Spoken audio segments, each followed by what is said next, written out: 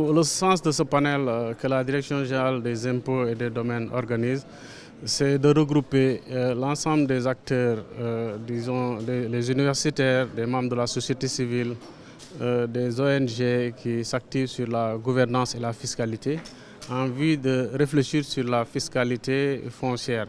La fiscalité foncière étant entendu que tous les montants qui sont recouvrés en termes de fiscalité et qui sont assises sur la propriété foncière.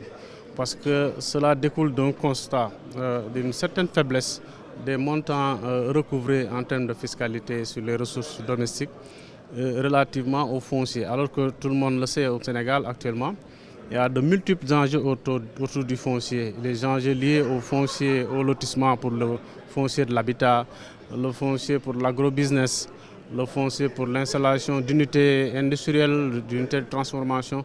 Donc il y a beaucoup d'enjeux sur le foncier et beaucoup d'intérêts. Et il est important que dans une administration fiscale moderne, que le foncier soit perçu comme une niche fiscale, surtout dans la perspective d'élargissement de l'assiette fiscale, suite à l'adoption par le ministère des Finances et du Budget de la stratégie de recouvrement à moyen terme qui est le SRMT, qui est une déclinaison du plan Sénégal émergent.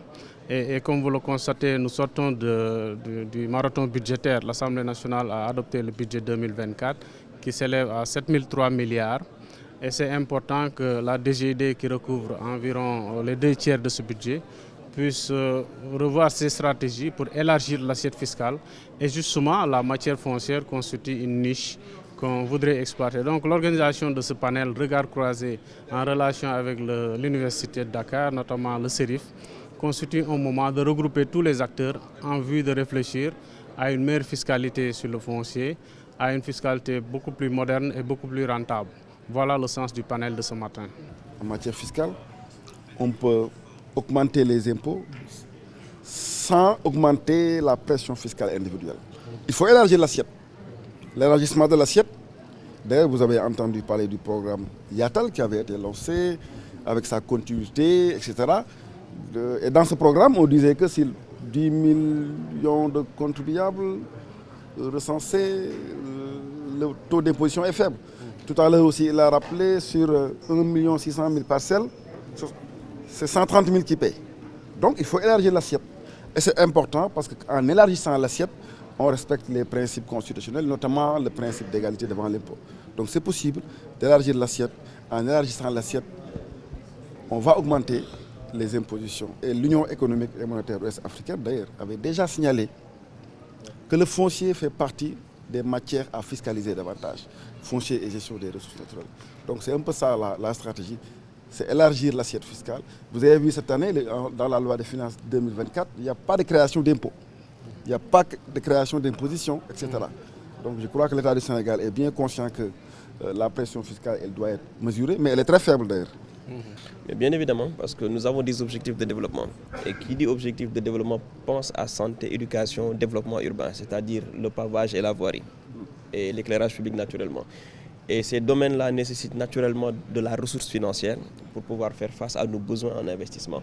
Donc de là, il est important qu'il y ait une collaboration forte et franche avec la Direction générale des impôts et domaines pour d'abord l'établissement de l'assiette.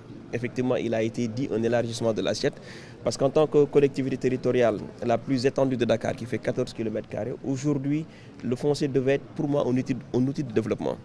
Or, les autres points de collecte de taxes aujourd'hui sont beaucoup plus importants en apport que celui de la fiscalité foncière. Donc cet atelier vient à son heure et il nous permettra d'échanger et de voir une dynamique vraiment de perspective afin de pouvoir solutionner durablement cette question de la fiscalité foncière au niveau des territoires. Mon problème en tant que maire, comme je l'ai dit tantôt, c'est d'avoir accès à des ressources financières illimitées pour mieux répondre aux besoins grandissants des populations. Donc naturellement, c'est une aubaine pour nous et nous allons, comme je l'ai dit tantôt, sauter sur l'occasion pour améliorer nos recettes et avoir des budgets d'investissement beaucoup plus importants au profit exclusif des populations.